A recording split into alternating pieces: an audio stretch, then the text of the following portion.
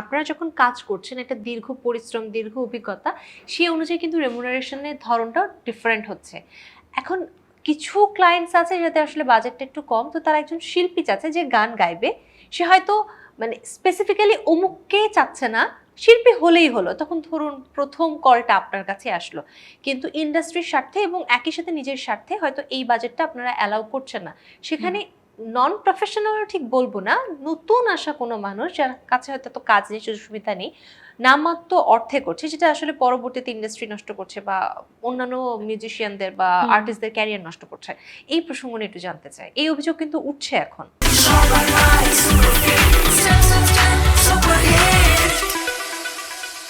আসলে performance is performance.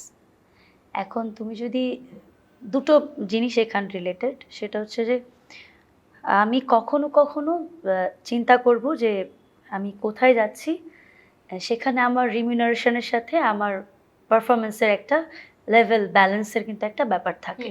সেটা maximum সময় কিন্তু সেটাই হয়, কিন্তু এটার ব্যতিক্রমও যে হয় না তা কিন্তু নয়। কারণ দেখো, আমরা যখন থেকে প্রফেশনাল লাইনে আসি, গান বাজনা শুরু করেছি, আজকের দিনের যে রেমিউনারেশন তখন কিন্তু সেই রেমিউনারেশনটা ছিল না, তাই না? কিন্তু কাজের প্রতি ডেডিকেশন তখনও ছিল, এখনো তারপরও আছে, ছিল, এখনো আছে, ভবিষ্যতেও থাকবে।